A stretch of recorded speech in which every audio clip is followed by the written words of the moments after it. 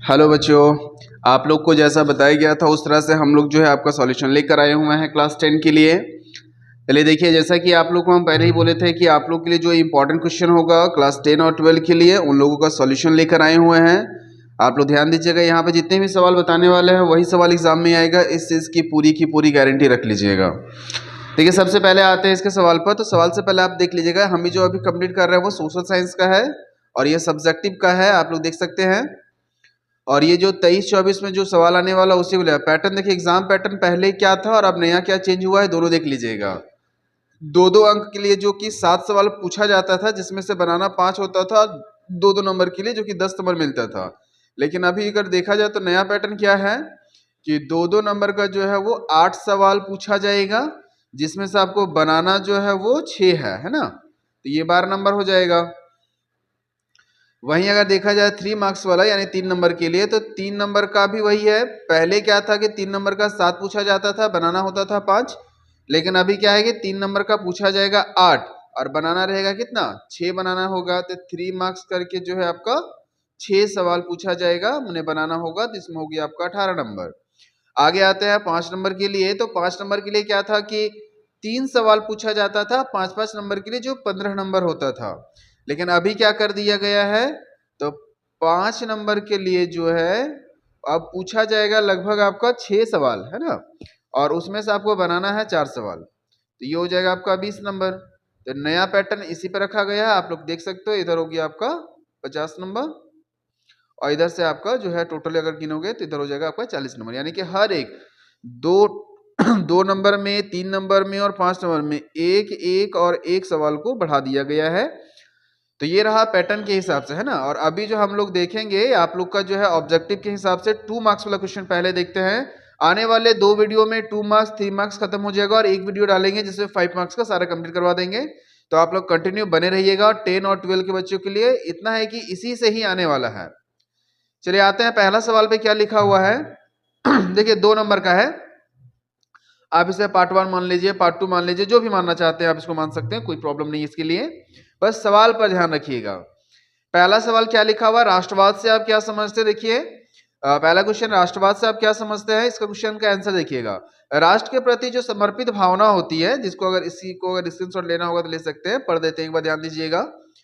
राष्ट्र के प्रति जो समर्पित भावना होती है उसे राष्ट्रवाद कहा जाता है। अर्थात राष्ट्रवाद ऐसी विचारधारा होती है जो किसी भी राष्ट्र के सदस्यों को एक साझा पहचान को बढ़ावा देती है। अर्थात क्या बताया गया, राष्ट्रवाद का सिंपल सा अर्थ होता है राष्ट्र के प्रति समर्पित भावना, यानी अपने राष्ट्र के प्रति जो समर्पित भावना होती है उसे राष्ट्रवाद कहते हैं। राष्ट्रवाद क्या करता है, एक सदस्य को पहचान देता है, साझा पहचान देता है। ठीक है, कोई प्रॉब्लम नहीं इसमें, आगे बढ़े।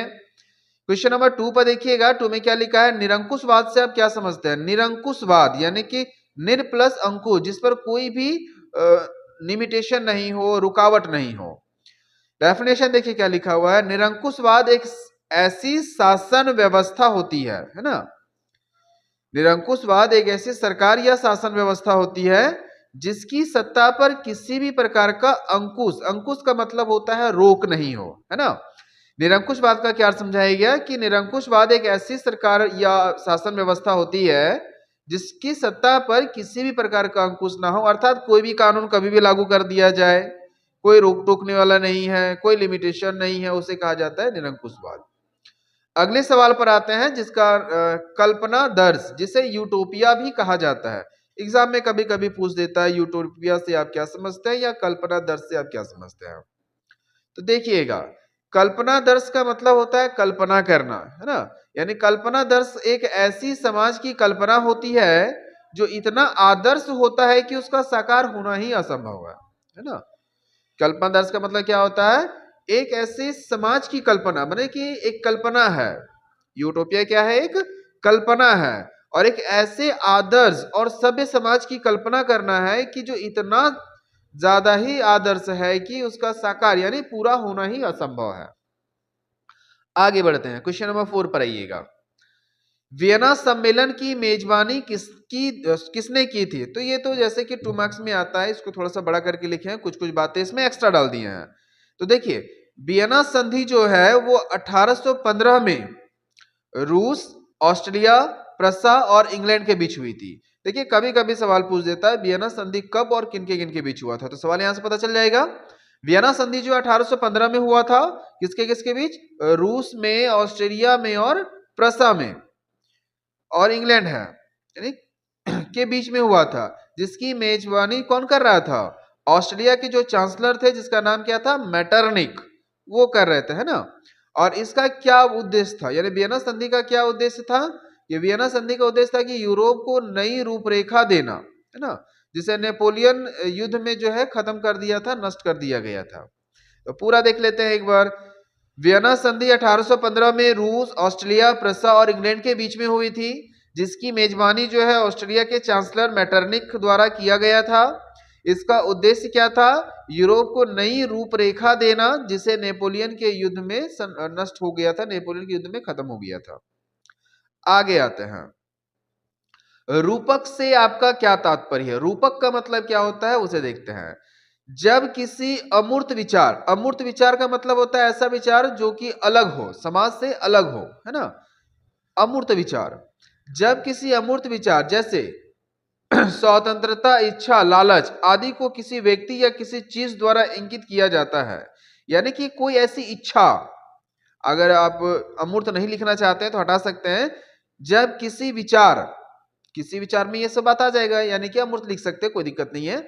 जब किसी अमूर्त विचार जैसे कि स्वतंत्रता, समानता या लालच और भी इत्यादि को किसी व्यक्ति के द्वारा या किसी चीज के द्वारा उसे सूचित किया जाता है, जैसे हमको स्वतंत्रता चाहिए तो हम किसी चीज को लेकर या किसी व्यक्ति को लेकर अगर उसका एग्जाम्पल देते हैं या उसके द्वारा सूचित करते हैं तो उसे कहा जाता है रूपक है।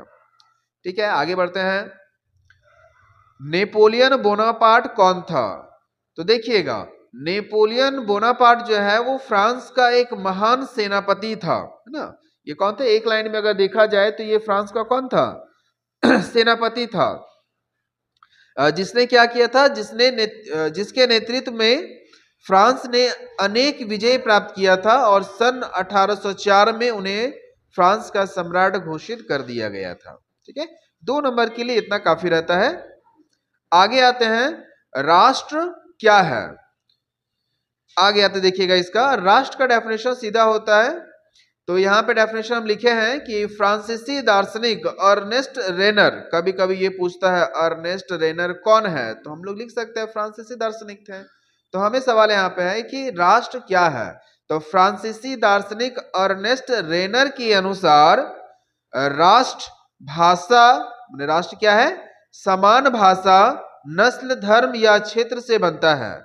एक राष्ट्र लंबे प्रयासों, त्यागों और निष्ठा का चरम बिंदु होता है। यानी कि राष्ट्र क्या है? जब एक ही नस्ल की भाषा हो, एक ही नस्ल हो, एक ही धर्म हो या एक ही क्षेत्र से जो स्थान बनता है उसे राष्ट्र कहते हैं। और ये जो राष्ट्र का निर्माण होता है बहुत अधिक प्रयासों से, त्यागों से और निष्ठा का चरम बिंदु यानी उसी से बनता है। ठीक है, आगे आते हैं क्वेश्चन नंबर 8 पर। जनमत संग्रह से आप क्या समझते हैं? अगर किसी सवाल में प्रॉब्लम होगा तो आप लोग कमेंट जरूर कीजिएगा, अगली बार से होगा तो स्लो लेके चलेंगे। जनमत संग्रह से आप क्या समझते हैं?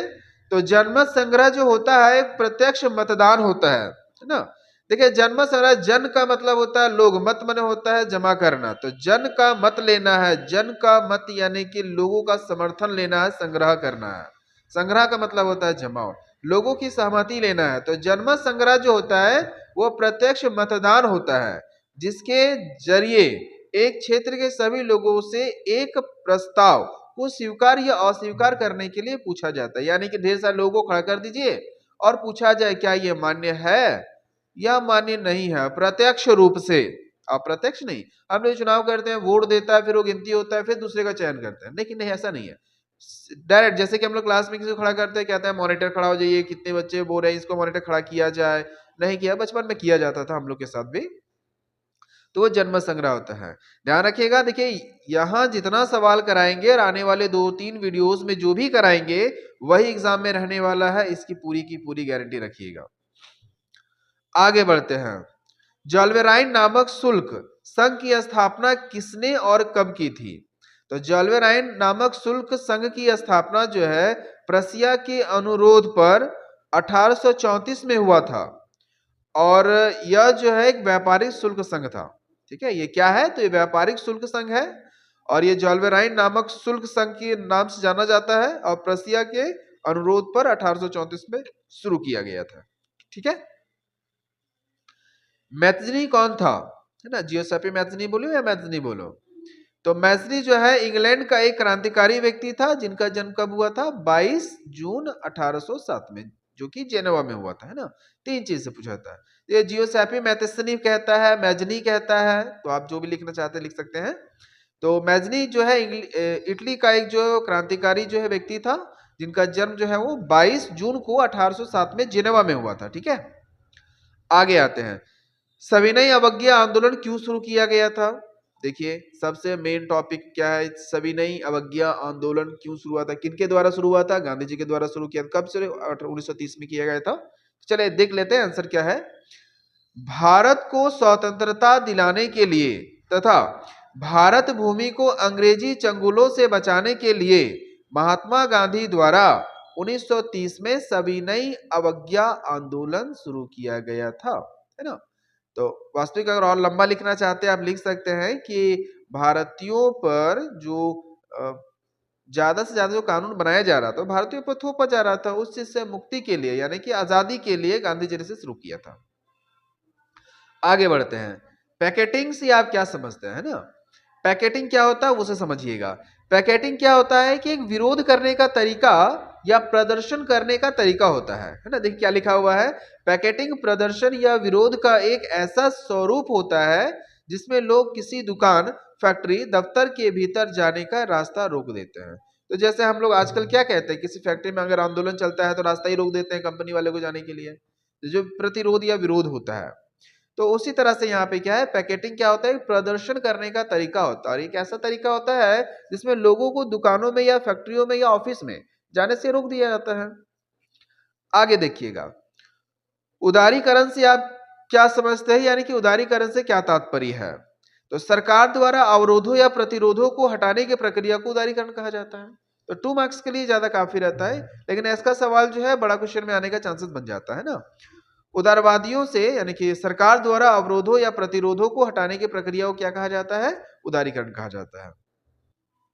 क्वेश्चन नंबर आते हैं आपका 14 में, रिंडरपेस्ट से आपका क्या तात्पर्य है? तो आपको मालूम होगा रिंडरपेस्ट जो मवेशियों में फैलने वाली एक बीमारी थी। देखिए क्या है, रिंडरपेस्ट जो है मवेशियों में फ्लैग की तरह फैलने वाली बीमारी थी और जो 1890 के दशक में अफ्रीका में बड़े पैमाने पर फैला था। आप इसका चाहे तो और भी बड़ा कर सकते हैं, तो 2 नंबर के लिए काफी रहेगा, इसलिए आप इतना ही लिखिएगा। चलिए, आप लोग को एग्जाम से पहले ये पैटर्न बता देंगे कि आखिर एग्जाम में किस तरह से लिखा जाए कि पूरा 50 का 50 नंबर मिलेगा। क्वेश्चन नंबर 15 पर आइएगा। औद्योगिक क्रांति सर्वप्रथम कब और कहां हुई थी? तो देखिए, औद्योगिक क्रांति जो सर्वप्रथम इंग्लैंड में हुआ था, उद्योगों की स्थापना, और ये कब हुआ था? 18वीं शताब्दी के मध्य में प्रारंभ हुआ था, 18वीं सदी में शुरू हुआ था। क्वेश्चन नंबर 16 पर आते हैं। भारतीय राष्ट्रीय कांग्रेस की स्थापना कब हुई और इसके संस्थापक कौन थे? तो देखिएगा आंसर, भारतीय राष्ट्रीय कांग्रेस की स्थापना जो है वो दिसंबर 1885 में हुआ था। पूरा डेट क्या है? 28 दिसंबर 1885 में हुआ था और इसके जो प्रथम संस्थापक थे A.O. ह्यूम थे। है ना, आगे आते हैं। लोकतंत्र की कोई 2 चुनौती बताइए। ऐसे है तो बहुत सारी चुनौतियां, 2 चुनौती पूछा गया तो अशिक्षा, बेरोजगारी। ठीक है, और लिखना चाहते हैं तो आप और भी लिख सकते हैं, जैसे अस्वास्थ्य की स्थिति, और अगर देखा जाए तो इसमें आपका हो जाएगा, जिसमें आपको अशिक्षा की व्यवस्था से जो पॉलिटिशियन वगैरह जो काम करते हैं उसमें भी हो जाएगा, कानून व्यवस्था हो जाएगा, कानून व्यवस्था सुचारू रूप से नहीं चल रही है। खैर, आगे बढ़ते हैं। मुद्रा को परिभाषित करें, यानी मुद्रा क्या होता है? मुद्रा वह वस्तु है जो विनिमय के माध्यम से व्यापार चलता है ना। तो मुद्रा वह वस्तु है जो विनिमय के माध्यम और मूल्य के समान मापक के रूप में कार्य करती है। मुद्रा वास्तव में क्या है? किसी वस्तु के खरीदने पर जो मूल्य मापक होता है उसे कहते हैं, यानी कि आप सीधा लिख सकते हो, मुद्रा जो है मूल्य मापक के तौर पर काम करती है। वैश्वीकरण से आप क्या समझते हैं? देखिए, वैश्वीकरण समझिएगा, एक देश की अर्थव्यवस्था को दूसरे देश की अर्थव्यवस्था के साथ जोड़ना, यानी एक देश को दूसरे देश के साथ जोड़ने की प्रक्रिया क्या कहलाता है? वैश्वीकरण कहलाता है। आगे आते हैं, हेनरी फोर्ड कौन थे? तो देखिए हेनरी फोर्ड जो है वो अमेरिका में फोर्ड मोटर कंपनी के संस्थापक थे। अभी हम लोग देखे होंगे बहुत सारा कार वगैरह जो चलती है वो फोर्ड मोटर का चलता है, तो उसके संस्थापक कौन थे? हेनरी फोर्ड थे, जो अमेरिका में फोर्ड मोटर्स, देखिए फोर्ड मोटर का बहुत सारा कंपनी भी चलता है, गाड़ी भी चलती है, भारत में भी चलती है, जिसे बड़े पैमानों पर कारों का विश्व प्रसिद्ध निर्माण करवाया। देखिए कारों के लिए आप लोग देखे होंगे फोर्ड मोटर्स करके बहुत सारा कार भी मिलेगा आपको, तो इसके संस्थापक कौन थे? हेनरी फोर्ड थे। और ये कहाँ की कंपनी है? अमेरिका की कंपनी है। तो हम लोग आज जो देखे हैं वो क्लास 10 के लिए 20 सब्जेक्टिव क्वेश्चन है, और इसी से ही आएगा, इस चीज की श्योरिटी रखिए। इसके आगे जो नेक्स्ट वीडियो आएगा उसमें फिर से 20 क्वेश्चन लेकर आएंगे, जिसमें फिर आप लोगों के लिए टोटलिटी देखा जाए तो ऑब्जेक्टिव का तैयारी करवा दिया जाएगा, इसमें 2 मार्क्स का रहेगा, फिर 3 मार्क्स का करवाएंगे, फिर आपका 5 मार्क्स का कराएंगे। आने वाले 2 से 3 वीडियो में एसएसटी पूरा कंप्लीट कर देंगे, और इसी तरह से आप लोग का पूरा सीरीज चलेगा। तो उम्मीद करते हैं कि आज का वीडियो आपको पसंद आया होगा। फिर मिलते हैं इसके नेक्स्ट पार्ट में, तब तक के लिए जय हिंद।